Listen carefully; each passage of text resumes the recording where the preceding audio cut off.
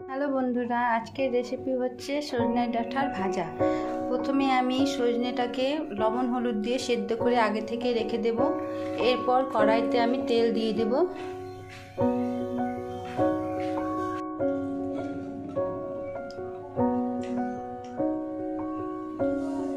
তেলটা ভালোভাবে গরম হয়ে গেলে পাঁচফোড়ন অথবা সর্ষেও দিতে পারো, আমি পাঁচফোড়ন দিলাম।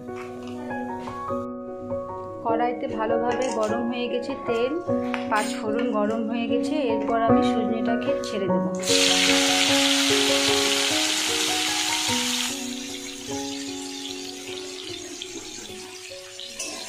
এই রেসিপিটা আমার মায়ের হাতে খুব পছন্দের, আমার বাবা খুব পছন্দ করতেন। তিনি এখন এখানে বেঁচে নেই।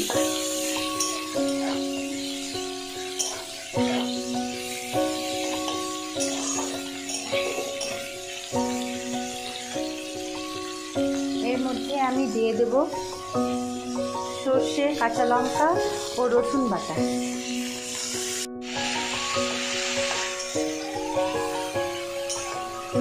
সর্ষে, রসুন বাটা ও কাঁচা লঙ্কা বেটে নিয়ে এর মধ্যে দিয়ে ভালোভাবে লাল লাল করে ভেজে নিতে হবে। এইভাবে করে দেখো বন্ধুরা, খেতে খুব সুস্বাদু হয়।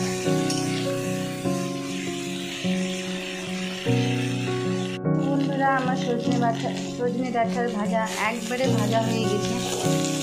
দেখো, দেখতে কি সুন্দর লাগছে, খেতেও তেমন খুব সুন্দর। তোমরা একবার বাড়িতে রান্না করে দেখো, খুব সুন্দর লাগছে। এবং করে আমাকে জানাও কমেন্ট বক্সে খেতে কেমন হয়েছে। দেখো বন্ধুরা, আমার সজনে ডাঁটার ভাজা খেয়ে কিন্তু অবশ্যই বলো কমেন্ট বক্সে যে কেমন হয়েছে।